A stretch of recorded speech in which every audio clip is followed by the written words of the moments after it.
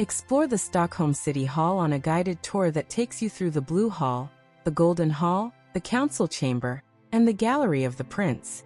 Along the way, you'll learn about the building's history, political significance, and architectural style, as well as its role in hosting the annual Nobel Banquet. Your guide will share insights into this iconic 1923 landmark and the many ways it has served the city throughout the years.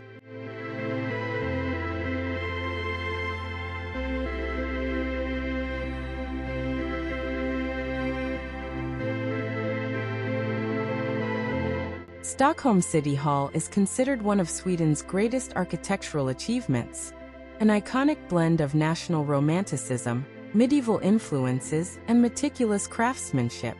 Designed by architect Ragnar Östberg and completed in 1923, it stands as a symbolic celebration of Swedish identity, history, and artistry. 8 million bricks made in Sweden were used for this building. Each brick was hand-roughened to achieve weathered look. If you take a look at these bricks, there are small perforations in the outer layer, which is an intentional effect created by the architect. He wanted to create this illusion that the City Hall has been here for 800 years, since the founding of Stockholm. In order to create this effect, the architect told the workers to deliberately hack away on the bricks using their tools. The design evokes medieval castles, monasteries, and Venetian palaces, reflecting both Scandinavian traditions and European grandeur. There is a strong emphasis on craftsmanship, where nearly every door, column, and carving is custom-made by artisans. The City Hall is the most famous building in the Swedish capital. It is an active political office building, and that means that every single day over 200 civil servants arrive here and work on behalf of the city. This building also acts as a seat for the local city council and every single political decision that concerns the city. Every year there are over 250 events inside of this building. The City Hall is in fact only 102 years old. When you walk around the City Hall, you will see inspiration and artwork reminiscent of old Swedish medieval castles, the Renaissance and Baroque eras, as well as contemporary times from around the 1800s. Everything you see here either has a connection to Stockholm as a city or Sweden as a country. The Nobel Banquet dinner is held here in the Blue Hall on December 10th each year. It is held here to honor the memory of the Swedish inventor Alfred Nobel. When he died, he was one of the wealthiest people in the entire world. Upon his death, Nobel donated his fortune to a foundation to fund the Nobel Prizes, which annually recognize those who have conferred the greatest benefit to humankind. There are about 1,200 guests invited to the Nobel Banquet dinner. When they are sitting down, each and every guest only has about 55 centimeters or 21.6 inches of table space, so it is quite cramped. However, if you are one of the lucky few who belong to the honorary table, then you get about 5 centimeters more space. These people include the royal family of Sweden, as well as the Nobel laureates and their friends and family. The Nobel laureates walk along the balcony, and then they descend the stairs. Flowers are donated every year from the village of San Remo, Italy, where Alfred Nobel died.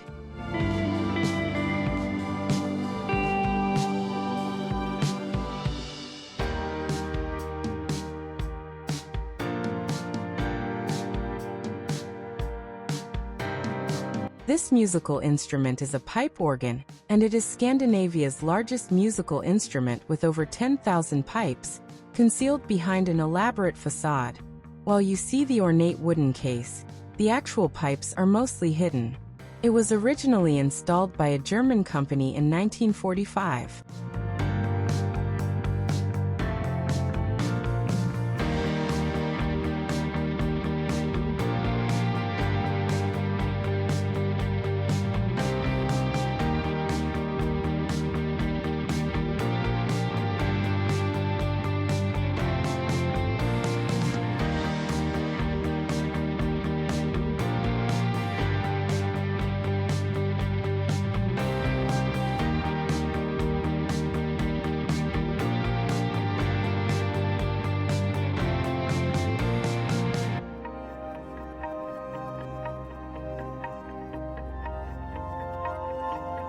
As you move around inside the City Hall, between halls like the main ceremonial rooms, meeting rooms, and the tower, there are corridors and stairwells, reflecting the building's mix of functional and ceremonial spaces.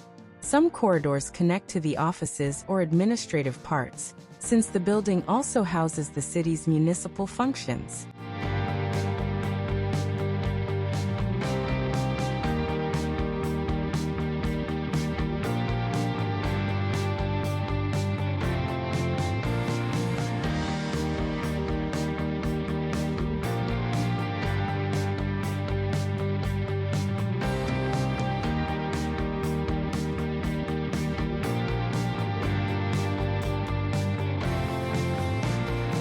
This room is the council chamber.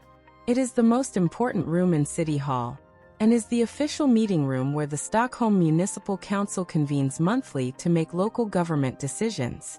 In Sweden, the system of government is a constitutional monarchy, and elections are held every 4 years.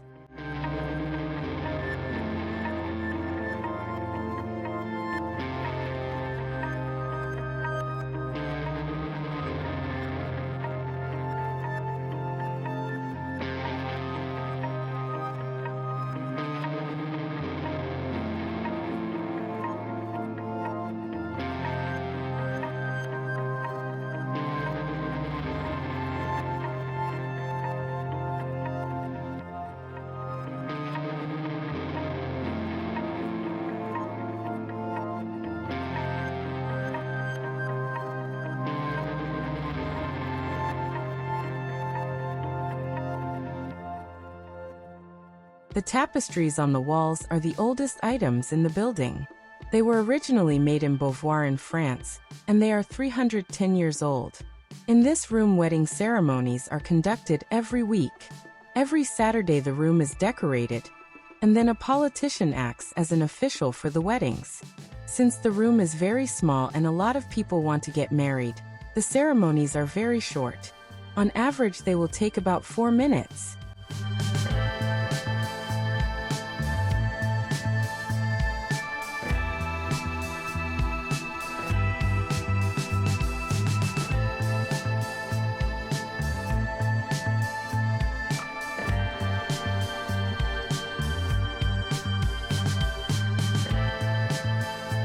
This room is called the Gallery of the Prince. Prince Eugen painted the mural called City by the Water, a massive, over 40-meter-long fresco. The scene depicts Stockholm during late summer evenings, and was painted between 1916 to 1922. He was inspired by National Romanticism, and also Cubism, which developed in Europe in the 1910s.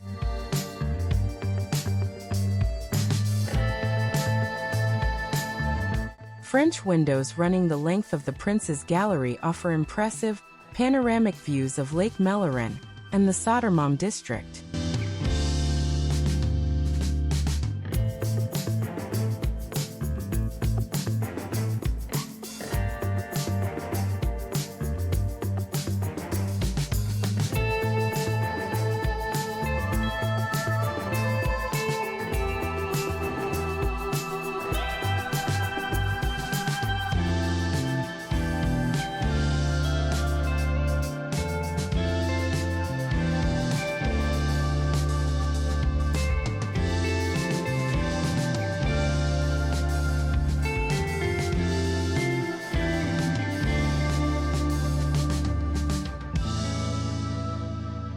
This room is the Golden Hall. Here we are surrounded by approximately 18 million tiny glass mosaics. 11 kilos, or about 25 pounds of real 24-karat gold was used in this room. Italian glass artisans created a technique where a layer of glass is produced and a thin amount of gold is applied. Then they put another layer of glass on top of the gold in order to protect it. These layers are fused to produce the final product. All of these mosaics were produced after the First World War, between 1921 and 1923.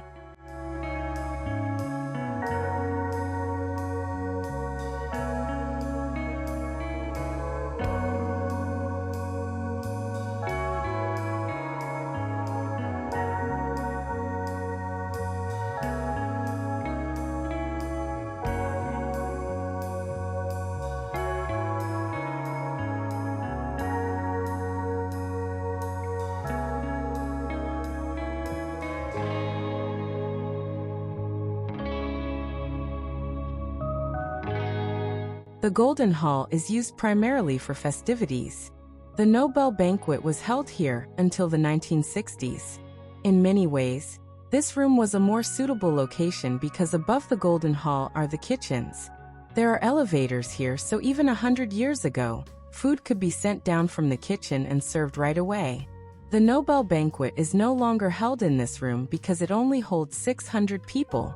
This room is still important during the banquet because once the dinner is over in the Blue Hall, guests, along with the Nobel laureates, walk up the stairs and then they dance through the night here in the Golden Hall. In this room you can see the Queen of Lake Mälaren. She serves as an allegory, a personification of Stockholm, depicted as a queen ruling from her throne. In her lap she has the royal palace and the city hall. Above her there is a red sun. It depicts the summer solstice and the inauguration of the building on the 23rd of June. On one side of the Queen you can see images of the Western world such as the skyscrapers of New York and the Eiffel Tower in Paris.